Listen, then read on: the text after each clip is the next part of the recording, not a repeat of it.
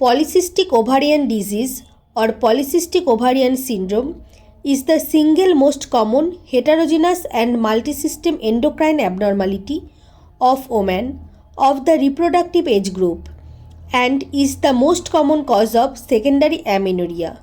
It is characterized by menstrual irregularities, hyperandrogenism, obesity, and polycystic ovaries on ultrasound. Now, investigations for PCOS. All investigations are not needed for every patient. Now, ultrasound.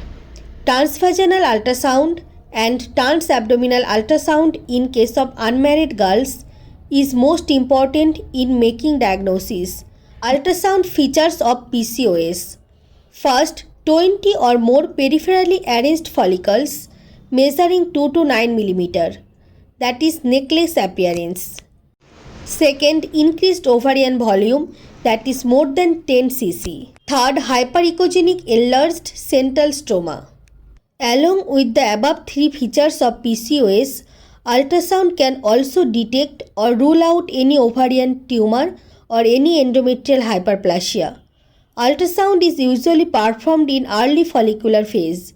Now, biochemical and endocrinological tests for PCOS. First, day 2 serum FSH and LH levels. LH levels often rise to more than 10 international unit per ml. An increased LH-FSH ratio of more than 2 is found in 60 to 70% women of PCOS, especially in non-obese women. However, it is not necessary for the diagnosis of PCOS. Second, tests for biochemical hyperandrogenemia.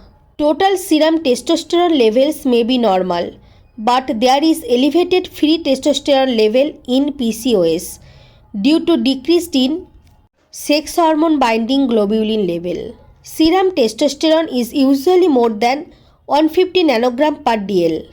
When on hormonal contraception, reliable assessment of biochemical androgenism is not possible as it has effect on sex hormone binding globulin and androgen production. Free androgen index and free testosterone are more reliable markers. Dihydroepiandrosterone sulfate is also marginally raised. Epiandrosterone is also raised. Now, other hormonal assay. First, raised levels of estrogen or estradiol are usually seen. Second, sex hormone binding globulin levels are reduced. Third, serum prolactin levels may be raised. Fourth, thyroid function test, that is TSH, may be elevated in hypothyroidism. Fifth, 17 alpha hydroxyprogesterone levels may be elevated to more than 800 nanogram per dl in late onset congenital adrenal hyperplasia. Sixth, serum or urinary cortisol levels. It is increased in Cushing syndrome. Now, tests for insulin resistance. A baseline 2-hour 75 gram oral glucose tolerance test is recommended for all patients of PCOS. Normal 2-hour blood glucose is less than 140 mg per deciliter. Impaired glucose tolerance is when blood glucose of 140 to 199 mg per deciliter, while in diabetes mellitus it is more than 200 mg per deciliter. Normal 2-hour serum insulin is less than 80 micro international unit per ml. A level of 80 to 100 micro international unit per ml shows insulin resistance, while a level of more than 300 micro international unit per ml shows severe insulin resistance. Fasting glucose insulin ratio of less than 4.5 shows insulin resistance. Now, new tests. Serum anti-Mullerian hormone has been observed to be elevated in PCOS.